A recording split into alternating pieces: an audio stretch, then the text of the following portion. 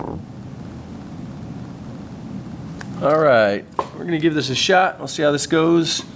Our first crack here at the online kind of tutorials. So, hope y'all are well. This is net ionic equation practice. We started this stuff before break, so hopefully this is a lot of review. I'm gonna kind of break it into a couple little parts, just so the videos are smaller, and so hopefully they'll upload to YouTube okay. So this is net ionic equation practice. Before we do net ionic equation practice, we got to look at solubility guidelines. And so here are the solubility guidelines again. You've seen these before.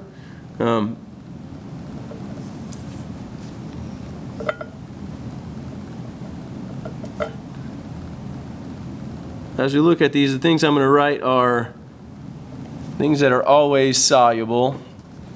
And then just a couple things that have a few little exceptions to those solubility rules.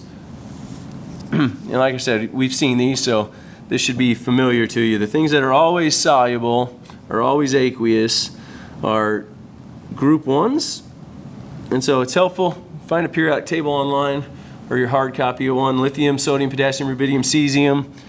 Anytime they're paired with anything, they are soluble. I talked about it being the first one. That's number 1. That's how I remember it. The second one starts with A. That's the first letter of the alphabet. That's acetates are always soluble, no matter what they're paired up with. Acetates will always be soluble. The third one, ammoniums,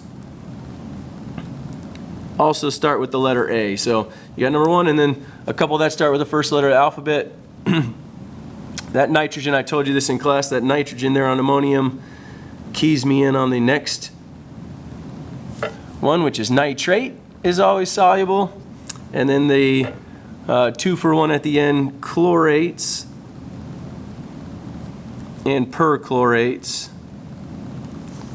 are always soluble. So those are the things that no matter what they're paired up with, if it's ammonium phosphate, it's soluble. If it's iron 3 perchlorate, it's soluble. So always solubles. Then we got a couple things that are soluble most of the time with just a few exceptions. And so your halogens, your chlorides, your bromides, and your iodides, those guys are soluble except for, there's just a couple little exceptions. And those exceptions are what we refer to as the heavy metal bad guys. You've got silver, Papa Smurf, he turned blue from silver. You've got mercury, it's mercury 1, Hg2 plus 2, and lead 2. So silver, mercury, and lead. So if it's calcium chloride, it's soluble. If it's ammonium chloride, soluble. Silver chloride, all of a sudden that precipitates, that will be solid in solution. Good, and then there's one last thing that's soluble most of the time, that is sulfate.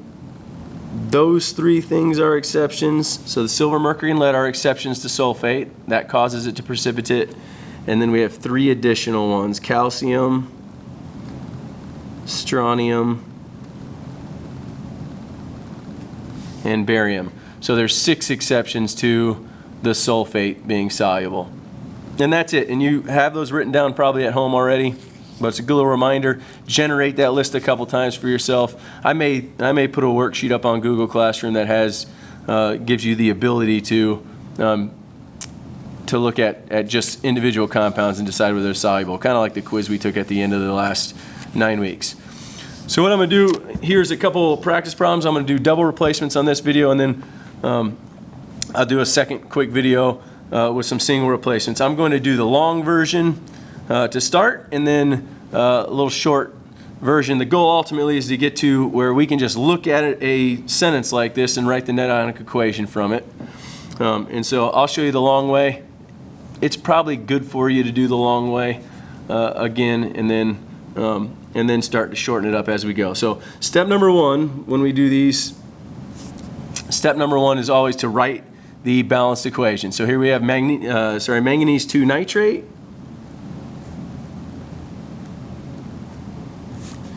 that's aqueous. We know it's aqueous. It says it's in solution. That means it's dissolved in water. And it's mixed with potassium hydroxide solution. Again, the potassium hydroxide is a solution, so it's aqueous as well. The double replacement reactions for us will always be aqueous on the front side. And so double replacements, the anions are swapping partners. That means the nitrate and the hydroxide are going to switch partners. And so leave manganese where it is, leave potassium where it is. Just the back end switch. So our products are manganese to hydroxide. It's still manganese 2.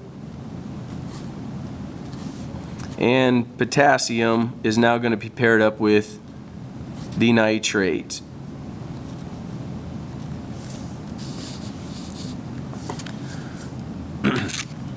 It's helpful to balance the thing right away. The sooner you balance it, the better. So the 2 on nitrate here means we need a 2 out here to give us 2 nitrates. That gives us 2 potassiums on that side. 2 potassiums there, that gives us 2 hydroxides, and they're already taken care of. So write the equation, balance the equation. The only thing we have to figure out here from this equation is which of the products is going to be aqueous and which of the products will be solid. For us, we look at these and we have to look back at solubility guidelines. There's not a single thing mentioned in the solubility guidelines about manganese or hydroxide. And so manganese hydroxide there, that's going to be solid. It doesn't fit into the solubility guidelines anywhere. Potassium nitrate, potassium's in group 1, says it's always aqueous. Nitrates are always aqueous, and so that guy is going to be the one that's dissolved in solution. All these double replacements, you're going to have 1 solid product, 1 aqueous product, not necessarily in that order for them. So that's the first step. You got it written out. Second step is called the overall ionic equation. And what we're going to do for the overall ionic equation is we are going to separate into individual ions all of the things that are aqueous. If they're aqueous, they dissociate, they split in their ions. If they are solid, we leave them alone. So we're going to end up leaving the manganese hydroxide alone here. So split the aqueous things. The first one is aqueous. So this is going to be manganese 2 ions and 2 of those nitrate ions. They're going to be reacting with potassium hydroxide is aqueous. So it's going to react with 2 potassium ions and 2 hydroxide ions. That's the front side. That's dissociating the aqueous things. And you'll notice when you dissociate them into their individual ions, they're now charged. They have charged particles when you drop them in a solution. And so you can tell if things have charges on them, that means they're floating around in water. Our product side here, the manganese hydroxide stays together because it's solid. So you don't remove the, you don't dissociate solid things. And then the potassium nitrate at the end is aqueous. And so we have 2 potassium ions being produced in solution and 2 nitrate ions in solution. And so our overall ionic equation looks like that. Good, that's the second step. That's the longest step, separating all those things. And the third step is the easiest step, where we eliminate spectator ions. Spectator ions are things that don't participate in the actual chemical reaction. They are the same on the reactant side as they are the product side. And so we start to look. Manganese here is aqueous in solution. And on the product side, it's manganese hydroxide. It's part of this solid. So it changed from being in solution to being part of the precipitate. So we will leave the manganese alone. Nitrates, we have 2 nitrates in solution here. We have 2 nitrates in solution at the end. And so the nitrates are our first spectator ion in that problem. 2 potassiums on the reactant side, 2 potassium ions on the product side. Potassiums are our other spectator ion, and then the hydroxides, if you look, are going to go from aqueous to solid, and so they're changing, and so we leave those alone. And so the way this works is we just write down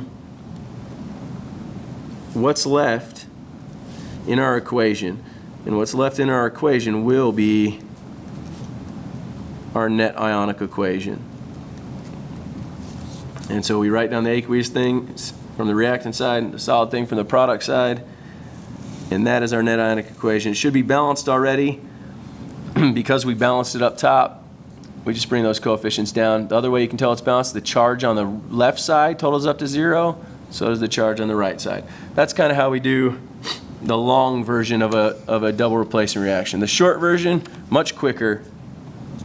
And so it's the same process. We're just going to try to do it looking at the reactants that are given to us. So what we do is when we look at sodium sulfide, and take your time getting to this point. If you need to continue to do the long way, it's good. There's nothing wrong with that. But what we do is we look at sodium sulfide and we decide which one of these things is always soluble. And when we look at this equation, the always soluble thing here is sodium. So we are going to ignore the sodium because it will be soluble no matter what because it's in group 1. And we write down the sulfide ion that's left. That sulfide ion is going to be added to zinc nitrate. And so you got to ask yourself, zinc or the nitrate, which one is always soluble?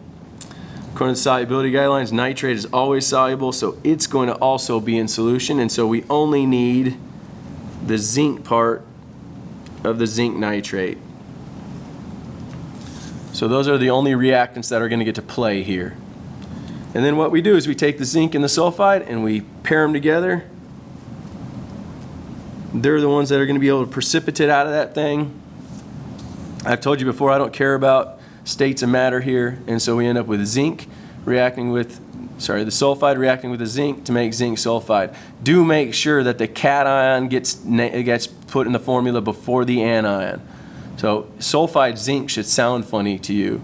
This should be zinc sulfide, and that's our net ionic equation. That's kind of the quick version. I'm trying to keep these videos small so that YouTube will take them for us. So I'll come back and do another video with the single replacement reactions in just a minute for you. So hope all's well. Miss you guys. We'll talk to you soon, hopefully. There's your double replacements.